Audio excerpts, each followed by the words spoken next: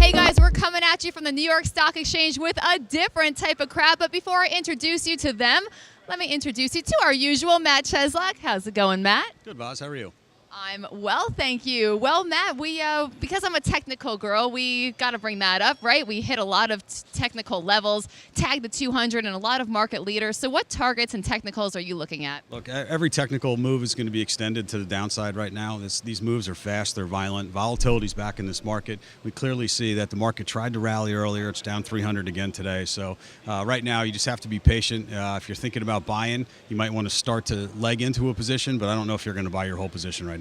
Now, guys, in case you're questioning, who are these guys behind me? This is Rumson Fairhaven coming to visit the New York Stock Exchange. And you know what? They have some questions for Matt. I'm just a stand-in journalist today, so let's give them some camera time.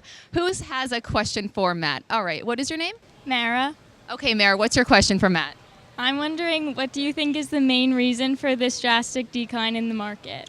Well, I think there's not just one main reason. We're talking about rates being increased. I think there's some confusion about what we expect out of our policy from, our president and the Fed. That never helps. The market always likes a little bit of clarity, and by clarity, I mean they like to understand a forecast of what rates are going to do going forward.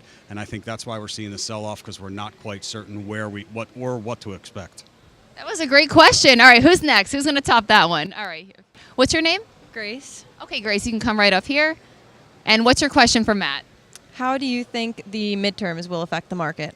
Well, we saw the first signs of it with the hearing that we saw from Judge Kavanaugh the other day, and that really is going to get the ball rolling as far as what we're going to see as far as the Democrats and the Republicans going forward. But that's always been my biggest fear of the market. If the Republicans lose control of the House or the Senate, I guess the market could be in line for more stagnation or doing nothing. Partisan politics obviously reared its head last week, and the market's showing some of that now.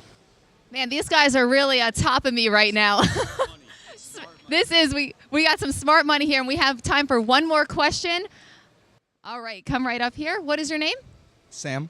Sam, you could just step a little closer so we can get you in the shot. And what is your question? I was going to just ask, how do you think the recent downturn is reflective of the job report that came out 2 days ago?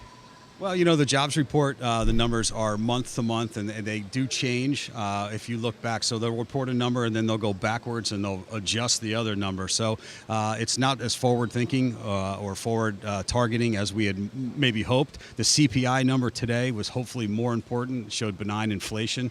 So these numbers are really becoming dependent on when they come out. And they don't really last long as far as the trading cycle from a trading side. It's kind of a one-day event. All right, guys, let's thank our uplifting contributors. Maybe we're going to see a little bit of more of them because, I don't know, Matt. Looks like they bring a lot of spark to this market. But anyway, guys, thank you so much for coming on camera with us. Matt, thank you always, and we will see you later. All right.